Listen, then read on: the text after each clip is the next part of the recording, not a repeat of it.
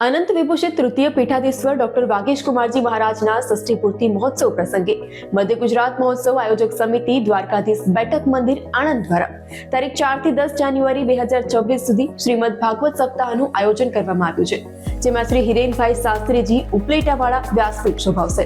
શ્રીમદ ભાગવત સપ્તાહની પોથી યાત્રા શ્રી રણછોડજી મંદિર આણંદ ખાતેથી નીકળીને શ્રી દ્વારકાધીશ બેઠક મંદિર કથા સ્થળ સુધી પહોંચી હતી। આ પોથી યાત્રામાં 51 મહિલાઓ શ્રીફળ સાથે કળશ લઈને પોથી યાત્રામાં સામેલ થઈ હતી।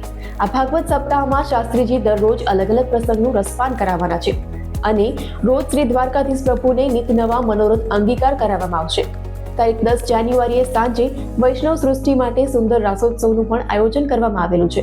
તારીખ 11 જાન્યુઆરી આણંદમાં એક સુવર્ણ દિવસ બનવા જઈ રહ્યો છે।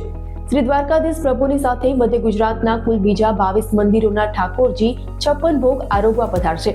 સર્વે ઠાકોરજીઓની શોભાયાત્રા શ્રી દ્વારકાધીશ બેઠક મંદિરથી નીકળી આણંદ શહેરમાં ફરીને પરત શ્રી દ્વારકાધીશ બેઠક મંદિરે પહોંચશે।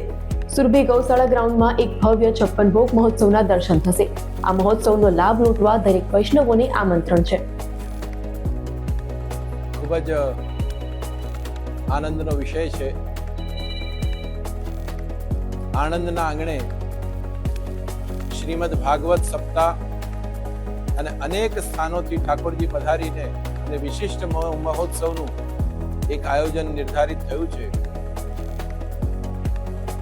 આણંદની વૈષ્ણવ સૃષ્ટિ ખરેખર વડભાગી છે કે જેને આટલા બધા ઠાકોરજીઓના દર્શનનો લાભ પ્રાપ્ત થવાનો છે। આજે બપોરે 1 વાગે શ્રીમદ ભાગવતજીની પોથી યાત્રા જલારામ મંદિરથી નીકળીને અને બેઠક મંદિર સુધી પહોંચશે।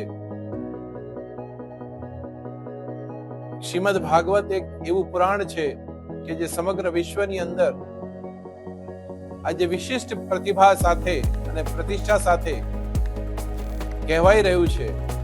એવા સંજોગોમાં આણંદની ધરતી ઉપર ખૂબ જ સુંદર કથાકાર દ્વારા એક ભવ્ય આયોજનનું સમગ્ર આણંદની જનતાનું આમંત્રણ પાઠવું છું કે આ મહોત્સવમાં પોતે ભાગ લઈને અને અનેક પ્રકારના લાભ પોતાના જીવનમાં ઉતારી શકે।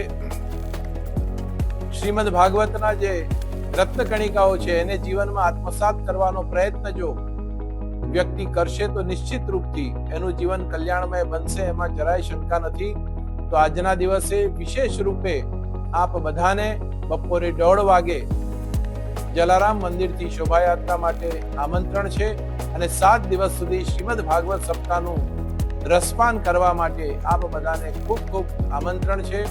વિશેષ રૂપે 11મી તારીખે જે 56 ભોગ મહામહોત્સવ થવાનો છે એ દિવસે પણ બધાને દર્શનનો લાભ લઈને પોતાના જીવનને કૃતાર્થ કરવાનું ખાસ આમંત્રણ આપી વિરમું છું।